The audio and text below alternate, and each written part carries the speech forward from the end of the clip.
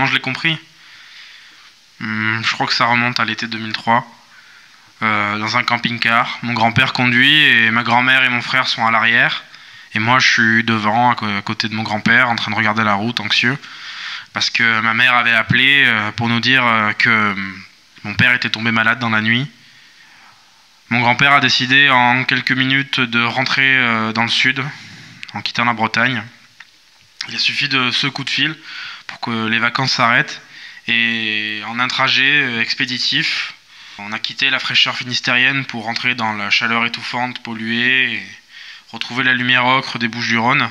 J'imaginais mon père alité, qui avait dû contracter une grosse grippe ou plus grave.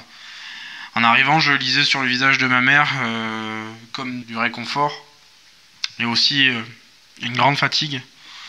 Et à notre grande surprise, mon père se tenait à côté de ma mère. Il n'avait pas l'air fébrile ou quoi que ce soit. Il n'y a pas eu de grandes effusions de joie comme à chaque retour de nos vacances avec nos grands-parents. Notre retour n'était pas celui auquel je pensais et dans notre salon de notre maison, je me suis retrouvé seul avec mon frère et mon père.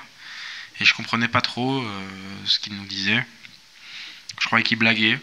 Un peu comme quand il reprenait haute voix les personnages des dessins animés qu'on regardait le matin avec mon frère. Mais non, à l'extérieur, ma mère parlait avec mes grands-parents. Elle parle doucement, elle avait la voix fragile.